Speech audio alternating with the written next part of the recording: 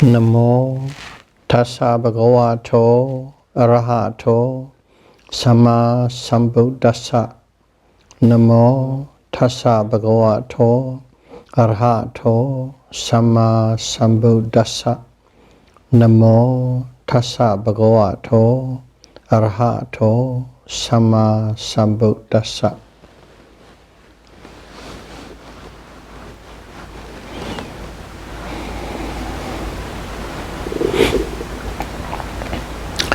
Theravada Buddhism series, Dhamma talk number 78. Mental contact and Vipassana.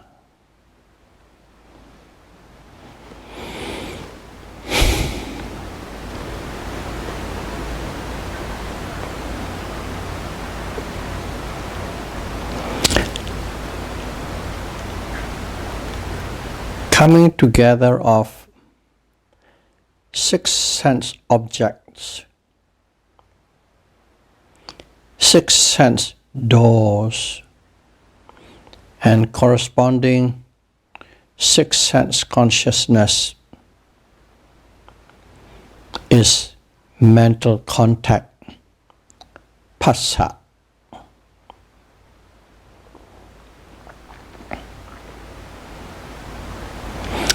To break the cycle of samsara, one must guard the 6 sense doors.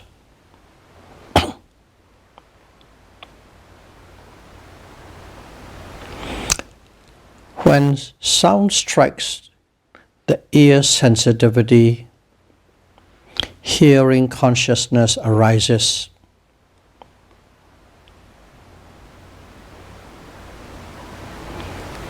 With a certain degree of concentration, one can observe and note that particular moment.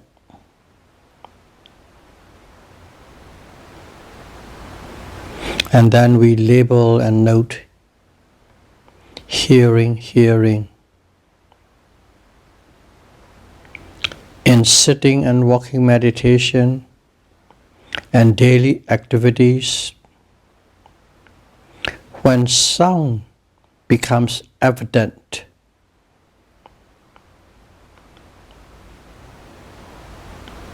one note hearing. It is easier to note hearing process than seeing process.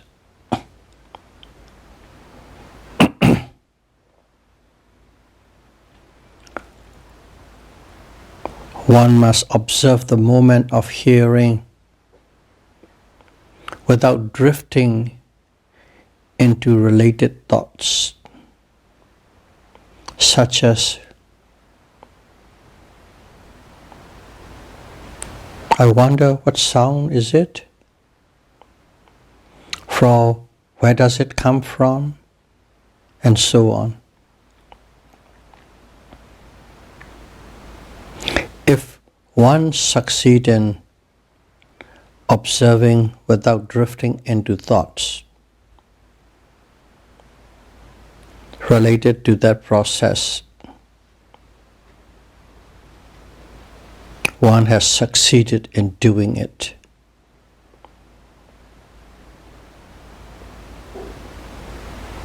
One is with the moment of hearing.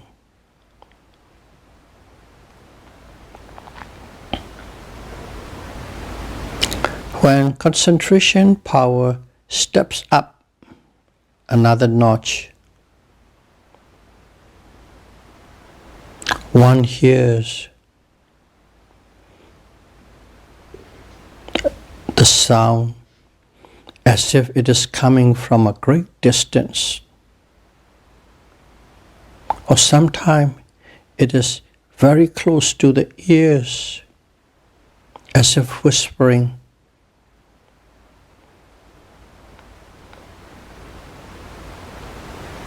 Sometimes it's a loud, vibrating sound. The sound is the same, but the way you're perceiving with your concentration is more sharp, it's more intense. And sometimes the normal sound is simply a very faint sound. And when you start experiencing like that on what we call a normal sound, you have got the hang of noting the sound. In other words, you are getting better.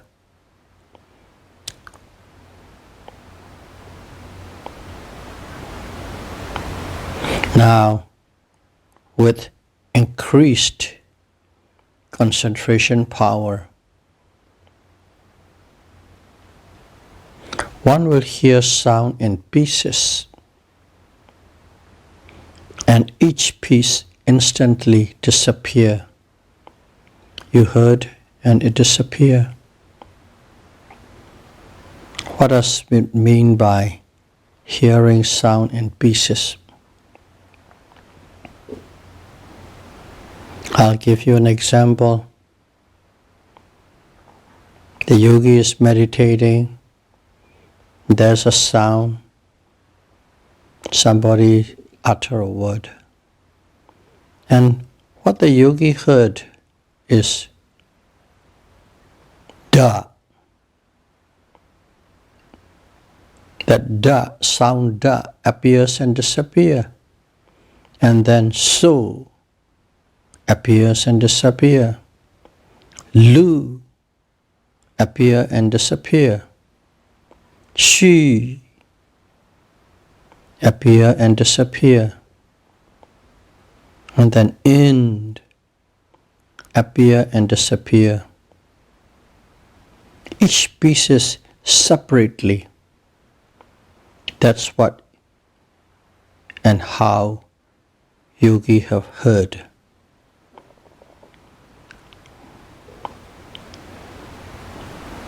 But in the natural world, somebody utter a word. The solution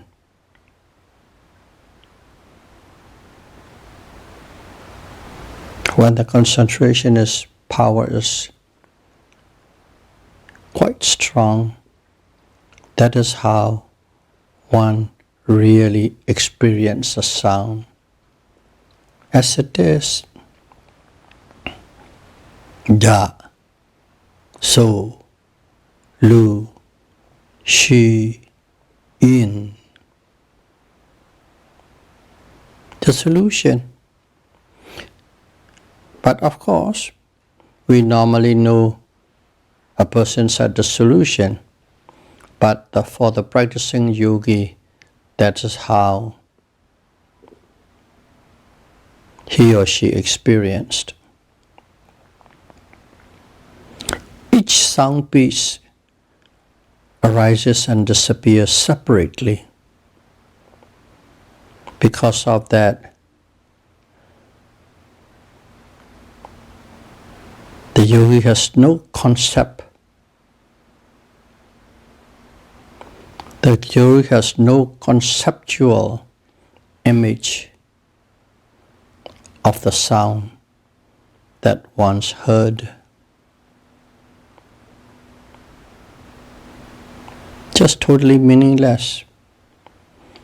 If that's the case, will there be any greed, lobha?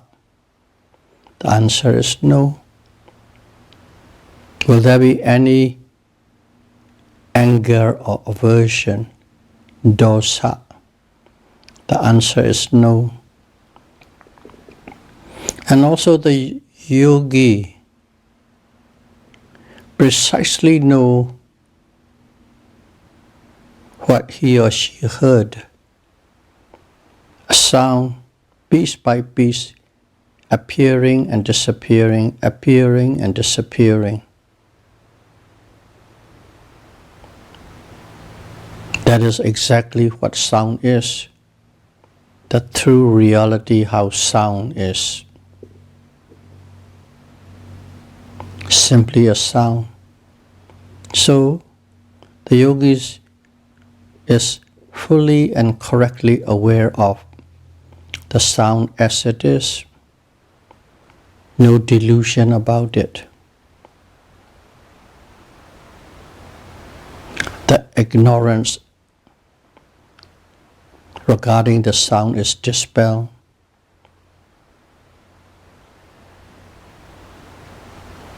When the observation is precise and correct, and concentration power is very strong, that's how yogi come to experience and understand sound as a sound.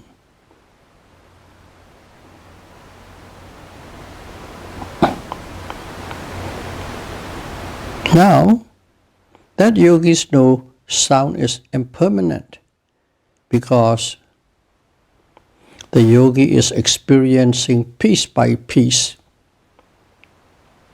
arising and passing away, appearing and disappearing. Very clear impermanence, nature.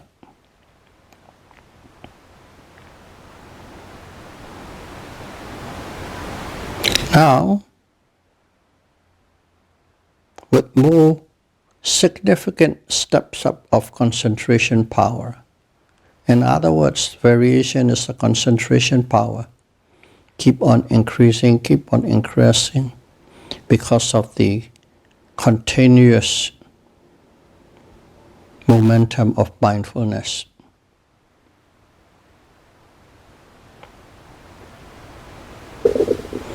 The yogi will experience each sound bite, piece by piece, and also hearing consciousness related to each sound bite appears and disappears. With increased power of concentration, one experiences not only the sound, and also the consciousness that know the sound, in pair, one after the other, appearing and disappearing. In other words, impermanence, anicca, become no more distinct. But there's a quick succession of appearing and disappearing, so that experiencing the rapid disappearance is like being in a torture chamber.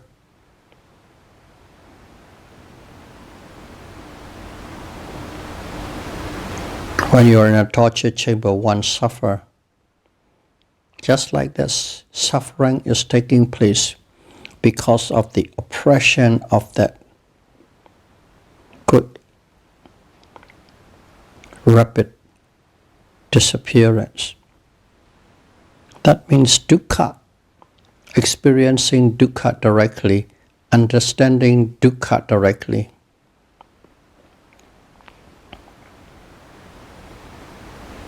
You don't like it, of course. Nobody likes to suffer. But there's nothing one can do. This unable to protect one from this oppression of rapid disappearance is the characteristics of non-self. You are experiencing non-self now. Anatta. At that point, the yogi understands what impermanence, anicca, suffering, dukkha, and non-self, anatta are. Before you would understand in theory, now is the direct experience. through direct experience, you understand. Different kind of understanding. It has more impact. It imprinted into your psyche.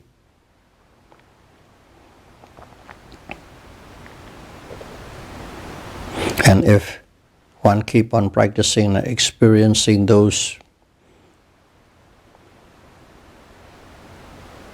three characteristics, anicca, dukkha, and anatta, experiencing it, the door of the four woeful states will be closed.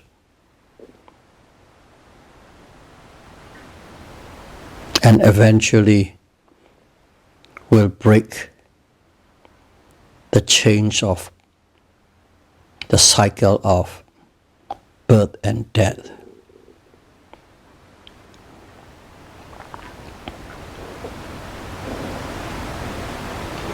One consistently notes the moment of contact to climb up the ladder to reach arahata, path, fruition, and nibbana. In other words, just by knowing, noting, experiencing directly that moment, one can even reach the goal, nibbana. But to put it in a different way, in other words, practice the full foundation of mindfulness to close the door to samsara. This observing the moment of mental contact. If you understand that and aware of all the three elements, sense door, sense object, consciousness, the process, what you're doing is you are practicing mindfulness of Dhamma, Vipassana. If you know that way, if you know the process, it is mindfulness of the Dhamma. If you only know the object, if it is physical, it's mindfulness of the body. If you only know the consciousness, that is mindfulness of the mind, Cittanupassana. And if you know the whole process, it is mindfulness of Dhamma. The same thing, depending on how you experience and how you know. You fall into the different category of mindfulness.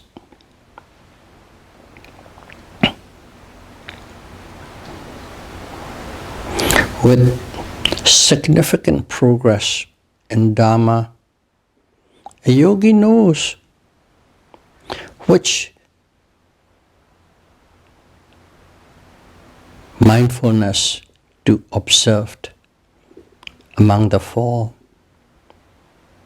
In other words, one is practicing mindfulness of body, mindfulness of the feeling, mindfulness of the mind, mindfulness of the Dhamma, but progress quite a bit.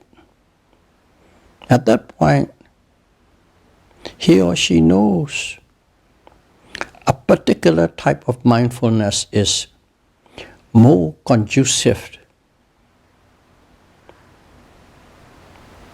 to progress Dhamma.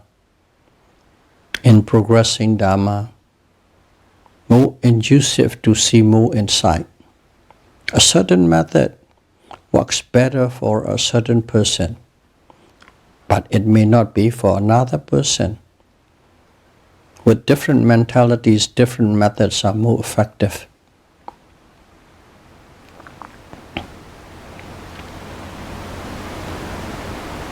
And the yogi knows, mindfulness of the mind is very good for me. I always get a good session, and so on. And if you have a teacher, if you have a competent teacher, some teacher may choose one of the mindfulness for the yogis, subtly pointed out, oh, that might do you better.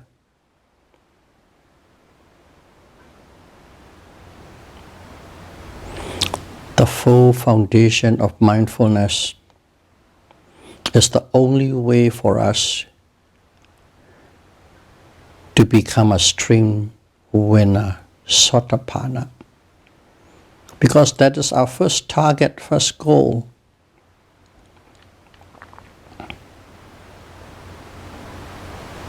And once you got or achieve or attain Satipatthana, stream winner, it closes the door to the full willful states. What it means is Satipatthana will never be reborn in the hell, animal, hungry ghost, and demonic realm.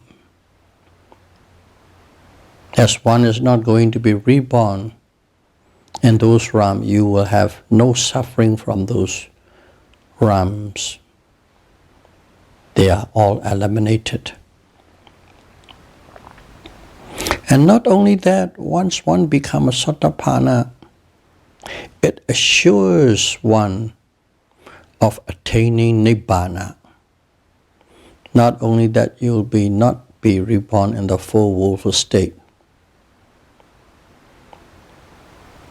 you will surely get to Nibbana, maximum 7-mode existence.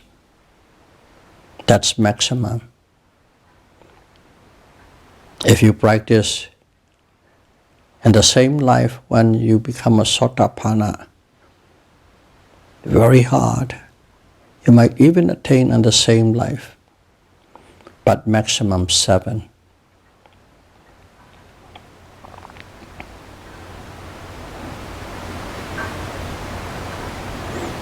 Our eyes, ears, nose, tongue, body, and mind are objects to observe. Everything in our own body, in ourselves, these are the object to observe.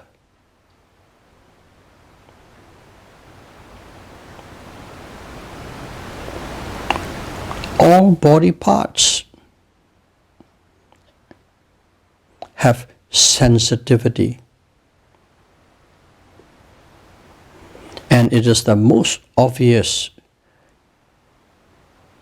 to note, except hair and nails, fingers, nails, toenails. Fingers, nails, toenails, and the end of hair pieces has no sensitivity. They are already dead. But the rest of the whole body have this body sensitivity. In other words, one can experience touch sensation. And it is very obvious.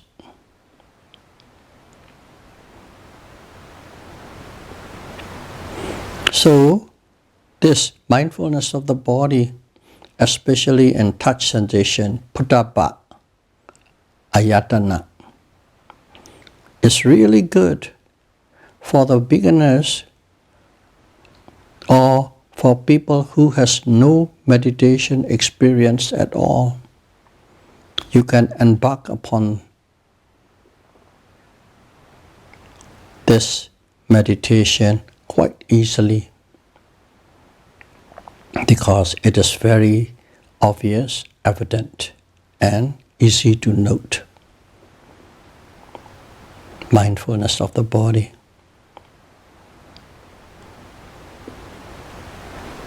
So, again, this body In Pali, just one word, rupa. Body is the crucial mindfulness method or object for beginners and people without meditation experience. It's a good information for starters, beginners.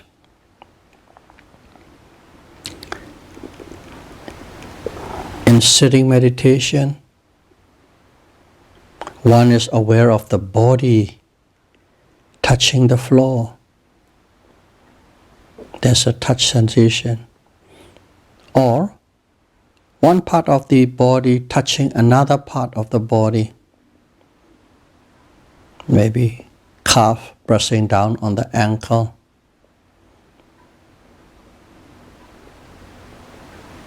Hands pressing around on the thigh. That's a touch sensation. One part of the body touching the other. Air movements inside the body.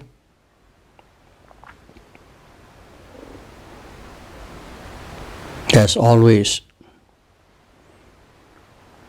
when you're breathing, there's a movement in your abdomen, stomach, tummy. Sometimes on its own you will hear growling sound. That's a movement of the air in the body. Not only the movement, because of the sound, it's associated with the sound. It could be observing the movement or could be observing the sound.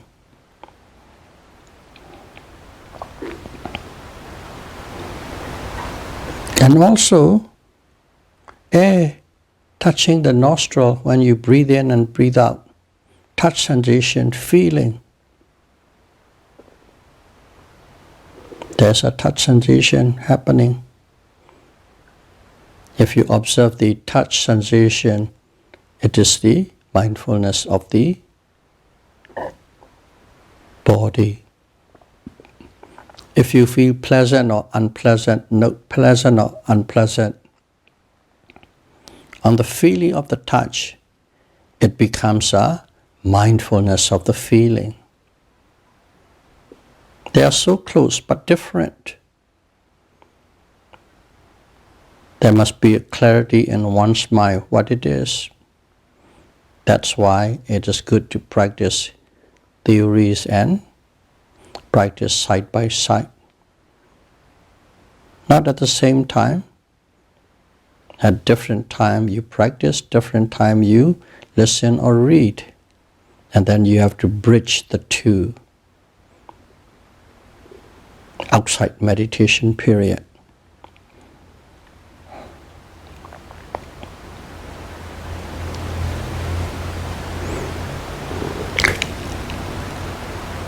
Abdomen, your abdomen, feeling or touching. The supporting quality of air elements.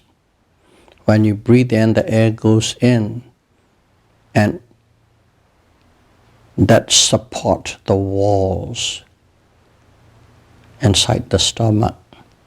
That is called supporting element of the air.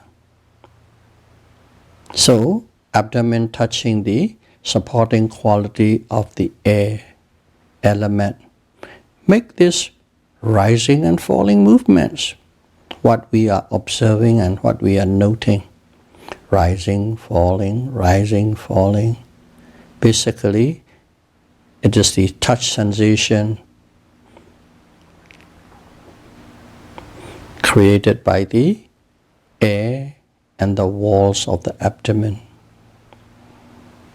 And we note as rising, falling. Rupanupassana.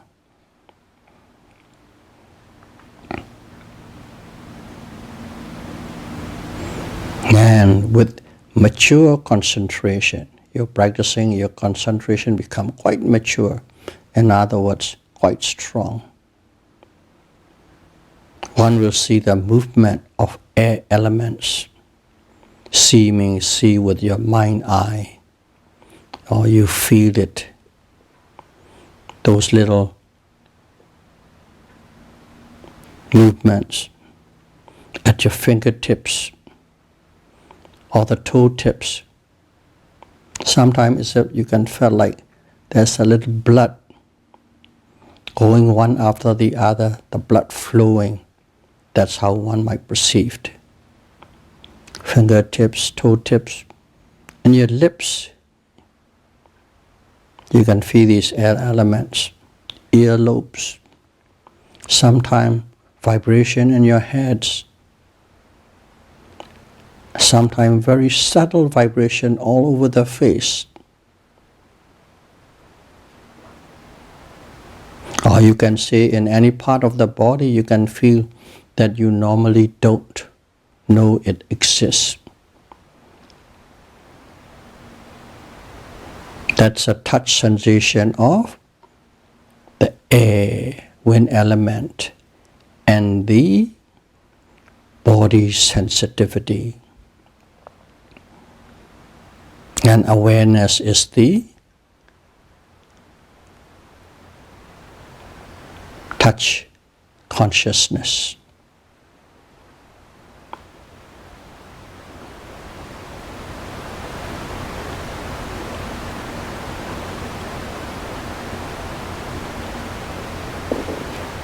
Once a yogi reached the insight of the solution, awareness of the form disappear. A sense of the form, the body, the contour, this physical body totally disappear. You are not aware of it. Only the sensation of pressure or tension or hardness, stiffness, movements, vibrations, and heats. Those are the only things that remains in the field of attention, but no physical body is there anymore. At that moment, in your mind, you have transcended the field of physicality or materiality. Only the characteristics are there. The form, shapes, and size disappear. But the characteristics of the materiality, hardness, softness, heat, stiffness, that's it. That's what we call my body, my hand, my legs are. But this is now a direct experience.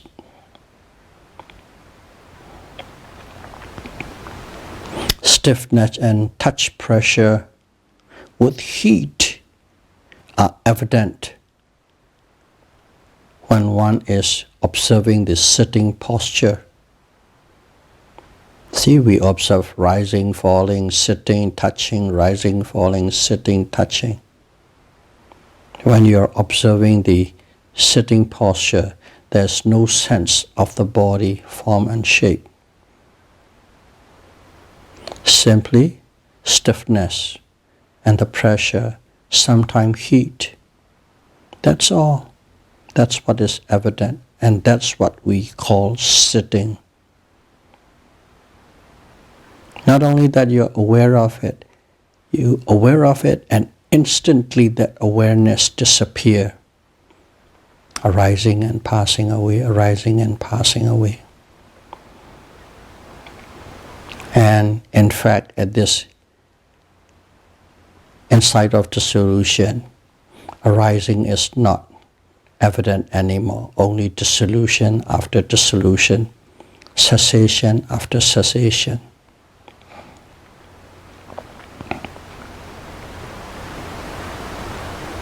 There are two types of yogis. Saddha, faith and confidence, dominant yogi. And another is Pinya, wisdom, dominant yogi. two types of yogi. One's Saddha dominant, another one is Pinya dominant.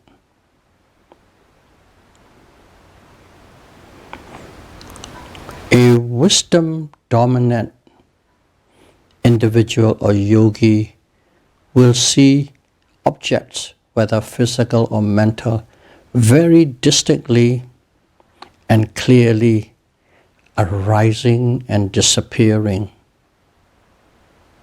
That's how the wisdom yogi will see and experience the object. And the faith dominant yogi will only sense these appearing and disappearing at the Udayabayana jnana, insights of arising and passing away. Clearly and sharply for wisdom dominant yogi, a sense of appearing and disappearing for faith dominant yogi.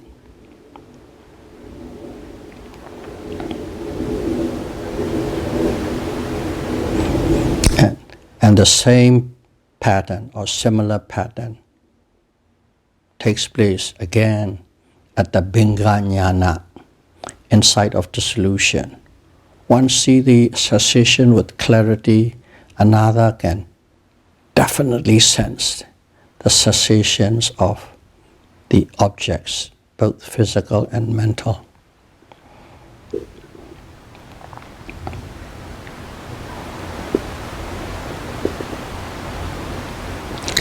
Yogis with wisdom, which means that yogi has a pinya parami. In other words, in many past lives, that yogis has worked very hard to develop wisdom, insight, and intelligence. Because of that, in this life, that yogi can be called, he or she has a pinya parami. That's the people with wisdom dominant. They have pinya parami. So, yogi with such wisdom perfection base will see all insight, any level of insight, or felt all insight with clarity and sharpness, dead on.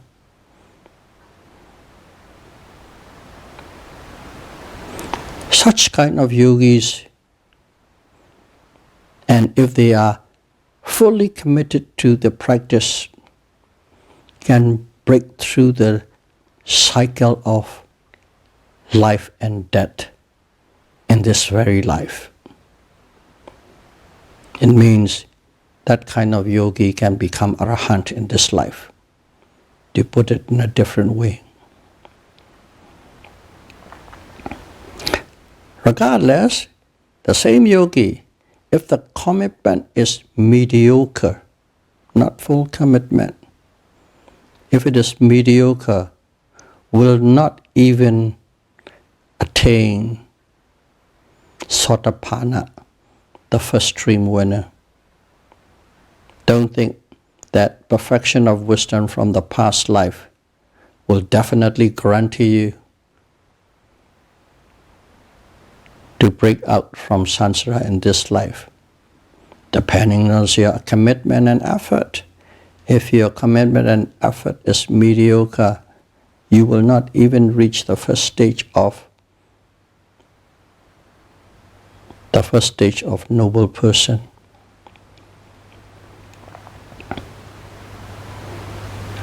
Saddha dominant yogi. Okay.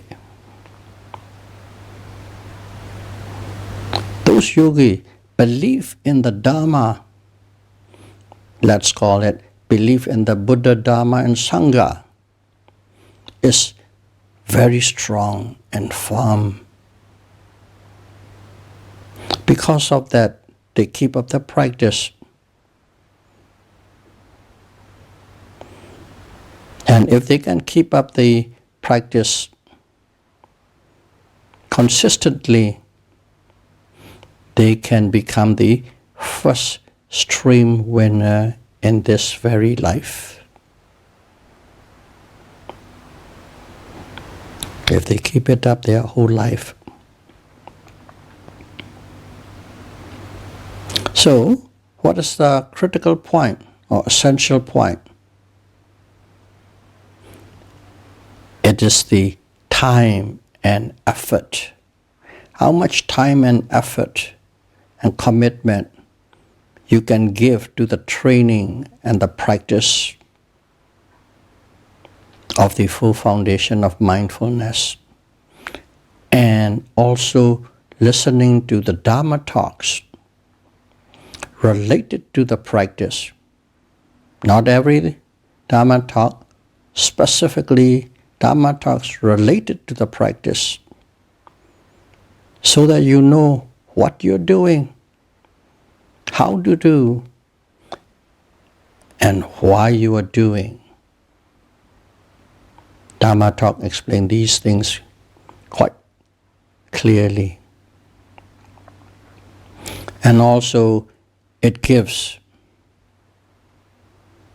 all-rounded tools to the yogi to bridge between the practice and theory. Dharma talks give you theory side, your own practice is the direct experience. Sometimes some people don't know how to connect the two sides.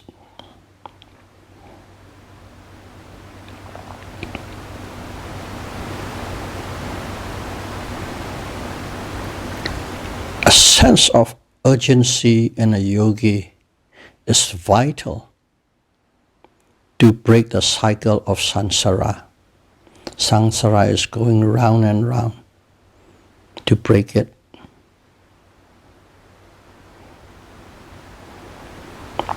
This is a Buddha statement.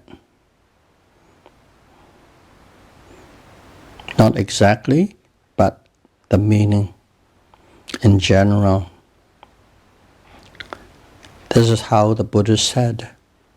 People living in a border town or in a border village must always be attentive to safeguard the dangers from abroad and also from within. Okay? Border towns are always quite dangerous, rowdy, unpredictable. So one have to give full attention from the enemies from abroad and also enemies from within. In the same manner, we must guard our eyes, ears, nose, tongue, body, and thoughts, intention to protect from kilesa, mental defilements.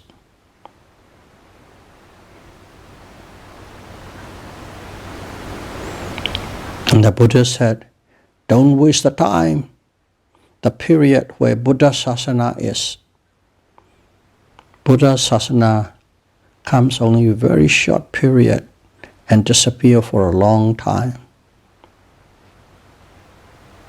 This Buddha Gautama appeared about 2,600 years ago, and he predicted that there will be only about 5,000 years his teaching will be there for people to practice with correctness and clarity. So we have 2,400 years left. What the Buddha said is, don't waste that time. Once the time is over, there will be no more Buddha Sasana. In other words, no more correct and precise Buddhist teaching to practice. Don't waste time. But if one misses this opportune time, if one misses this opportunity, one will regret it later when facing suffering, dukkha.